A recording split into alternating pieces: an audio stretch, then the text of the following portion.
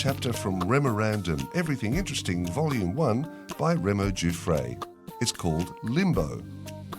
Not the limbo that describes a state of in-betweenness, and not the word that Catholics have used since the 13th century to explain the fate of a baby who dies pre-baptism in original sin, from the Latin word limbus, meaning the boundary of hell.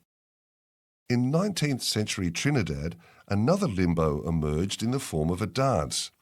Stemming back to the slave trade, the limbo bar was a pole on the ships that held the slaves in chains. The dance is said to symbolize how slaves would navigate tight spaces in the underbellies of ships to find their friends and family. It was a somber dance for funerals and wakes until the 1950s when Julia Edwards, the First Lady of Limbo, paired the dance with calypso music. In 1960s Harlem, the bar was passed to a man named Mike Quashie, also known as the Limbo King. Quashie hung out with Jimi Hendrix and worked as an entertainer, giving glam rock, calypso singing and voodoo fire-breathing performances.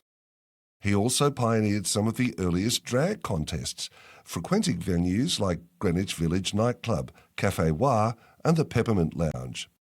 His pièce de résistance was limbo dancing. As a result, later in life, Quashie was plagued with spine and knee problems that told of his captivating displays.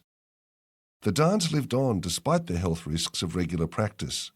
The 2010 Guinness World Record for limbo dancing is held by Shamika Campbell, a third-generation limbo dancer from, as it happens, Trinidad.